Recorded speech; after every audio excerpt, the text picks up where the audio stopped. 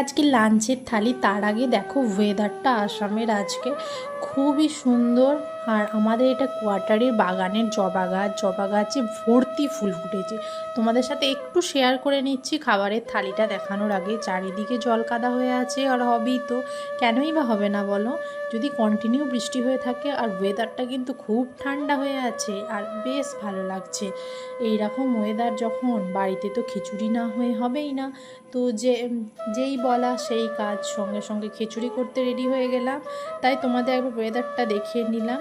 আর এই দেখো নিয়ে চলে এসেছি খিচুড়ির থালিটা, যেখানে আছে বড় বড় আলু, গাজর, টমেটো দিয়ে রান্না করা খিচুড়ি।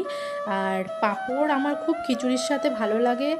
তোমাদের কার কার লাগে কমেন্ট করে জানাও। এখানে আছে আলু দিয়ে বেসনের বড়া, স্যালাডের শসা, পেঁয়াজ, লেবু, আর একটা বাইরে থেকে কেনা মিষ্টি মিষ্টি আমের আচার। যেহেতু খুবই ঝাল ঝাল খিচুড়িটা হয়েছে, তাই মিষ্টি আমের আচার আমার মনে হলো একটু ভালো লাগবে।